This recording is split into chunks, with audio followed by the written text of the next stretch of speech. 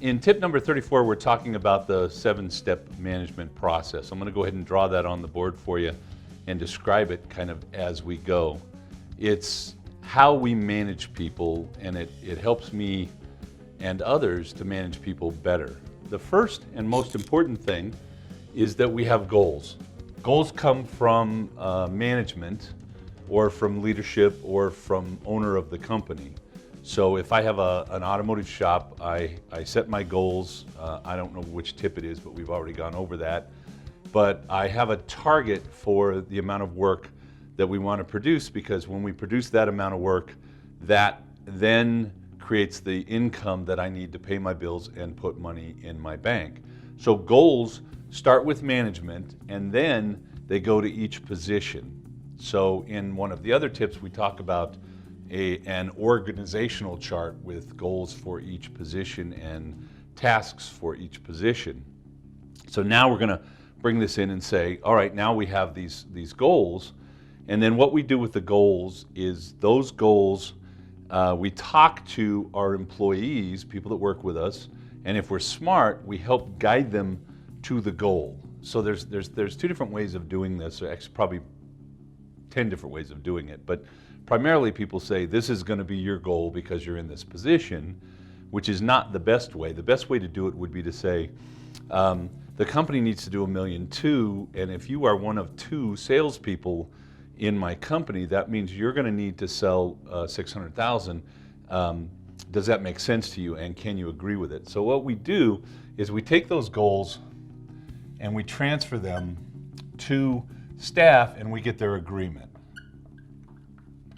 If we don't have agreement from the employee that the goal is realistic, that they understand the goal, that they're willing to work towards the goal, then it's very, very difficult to manage them, because they haven't said, yes, this is something that I am willing to do.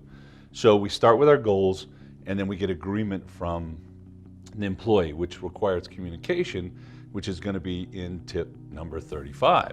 So once we have agreement from the employee, we need to have a way to measure.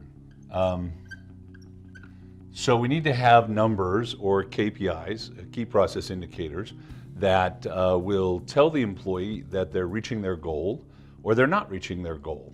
And the employee needs to agree that that measurement is an accurate measurement, and so we don't want it to be too complicated, and they need to agree that that number's a real number. And so we want to have measurement. Now, throughout the whole process, and we kind of draw it this way, because it is a cycle, we have what I call constant communication. Now, in tip number 36, I believe we're going to be talking, might be tip number 37, we're going to be talking about improving communication throughout, and then company meetings. So we want to have constant communication in our company, because it's essential. Not only do we want to set the goals, but we want to be talking about the goals, we want to be talking about the measurement, we want to be talking about the results that we're getting, and then deciding what do we do to direct ourselves in and get a better result. So we're constantly kind of doing that. Now, once we have our agreement from our employees, we have something to measure. Now we have a strategy. So we're going to strategize. So strategy is me sitting down with an employee and having a conversation about their goals and targets, and what do we need to do to achieve that. Now, sometimes that's just about the employee, and sometimes it's about the whole company. So we do this in different ways at different times. Sometimes we do it as a group in our weekly company meetings, and sometimes we do it individually with the individual employee. But strategy is focused on 4 things, right? 1, what are we going to do? 2, how are we going to do it? And how is almost how we think we're going to do it. It may not ultimately be how we do it, because we may try something and it doesn't get us the result we want. It doesn't work. But right now, we believe that if we do these things, this is going to get us the result, and we're going to be able to achieve our goal. So what are we going to do? How are we going to do it? Who's going to do it? Who's responsible? So if I sit down with an employee who's not, let's talk technician. And I sit down with a technician and I have a conversation about why they're not able to produce 40 hours a week. And they tell me something like, well, it takes the service advisor up to 3 hours, sometimes 4 hours, to get an estimate back to me. So in the meantime, I'm kind of standing here with nothing to do. And as long as that's happening, I can't get my job done and I can't be productive or get my 40 hours. Now, that's something that I have to fix as a manager in the company. I have to go look at our process for estimating, work with, strategize with my employees that do the estimating to create a better process to get things through faster, which will then allow my technician to get their job done correctly and be able to get 40 hours. So in a sense, as a manager, I'm constantly trying to figure out what isn't working, kind of like diagnosing cars, but in this case, diagnosing the business, and then putting what I believe will be the fixes in place. And sometimes I use my employees to come up with those fixes because I don't know all the fixes. So once we decide who, then last but not least, number 4 is when. When do we expect it to happen? So in the case of the technician who can't be productive because it takes too long to estimate, the manager, which is me, is going to have to go and work with the staff that's doing that part of the job and get that fixed, and I'm going to do that by Friday. So what's the problem? We need better productivity out of our technicians. How are we going to accomplish that? We are going to improve our process for estimating, get tickets through faster, get them back to the technicians so the technicians can be more productive. Who's going to do that? That's me, the manager. When is it going to happen? It's going to happen by Friday this week. So we select a date. Now, when you are managing people and when you're having these conversations and you're going through this process, this is one of the most important pieces. We need to strategize with our staff, and you got to remember there's always a what, there's always a how, there's always a who, and there's always a when. Now, sometimes we come up with a problem that we don't know the answer to yet, or we don't have enough information. What we do then is we move it to an agenda later. So we always have a conclusion. Our conclusion is we don't know enough about that process. Someone is going to have to do some research and bring information into the meeting, whether that's a team meeting or an individual meeting with somebody. And that could be me, or it could be somebody else that gets assigned that task. So there still is a who and a when. We don't yet, however, know what and how. And that way, things don't get missed. They're always in the pile, so to speak, and they're always moved forward, and there's always a date, so there's always some urgency to get that task accomplished. Now, once we have strategy,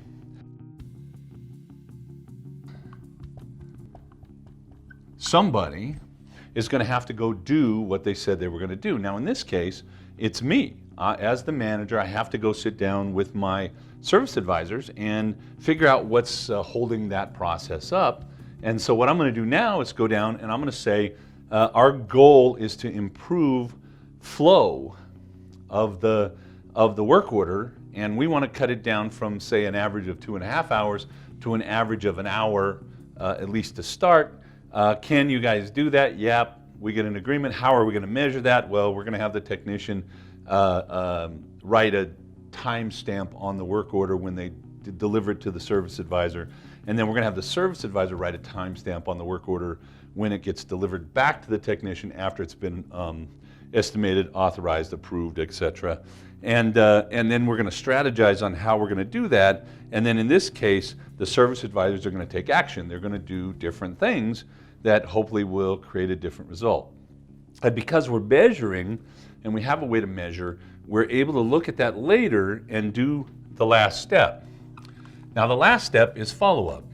Now, follow-up is a super important step, and it's one of the steps that gets missed an awful lot. And that is, we don't go back and say, wow, you guys really made a difference, you really changed it, thank you very much. Or, hey, that didn't work, what are we going to do now? And go back to strategy and re-strategize. Follow-up is where consequences happen. Let's see, and there have to be consequences. Consequences don't necessarily need to be bad. I think sometimes when we hear the word consequences, we think, oh, that's a terrible thing. But it's really not. Consequences are, I'm telling you either, hey, that didn't work, we need to do something else, and then we're going to step down to strategy and re-strategize. Or I'm telling you, wow, here's a bonus that works so well, we made so much money, here's something nice for you. Or maybe it's just a pat on the back for a job well done. So, but there have to be consequences. Now, if you're not willing to do follow-up, don't start. If you get this thing started and you create goals for your employees, then you have to sit down and get their agreement. If you don't get their agreement, you cannot manage them. Without agreement, there's no management. We got to have a good measurement. We need to be strategizing, or somebody needs to be strategizing with us or with our employees kind of on a consistent basis, because I think there's always room for improvement in our business and in our lives. And so, we're constantly kind of looking at our business and going, wow, that area works so good. Thank you so much, employees, for doing your job. Or that area isn't working the way that I want, and we have to rethink it and rethink the process and change the way we're doing that to hopefully improve.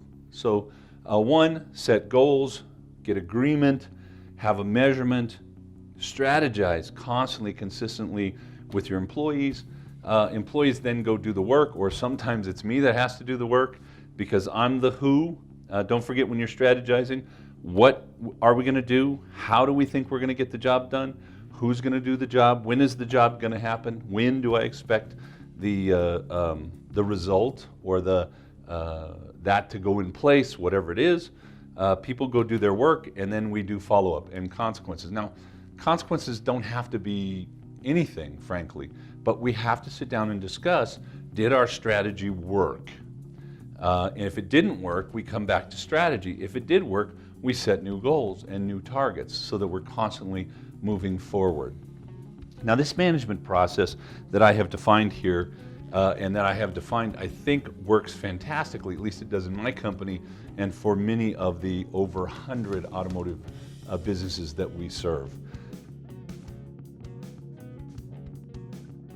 We hope you enjoyed this week's tip. For more information on the concepts we discussed, check out our upcoming classes at www.iforabe.com/classes, or listen to the Leading Edge podcast at institutesleadingedge.podbean.com, where we discuss business topics just like this one with a panel of industry experts.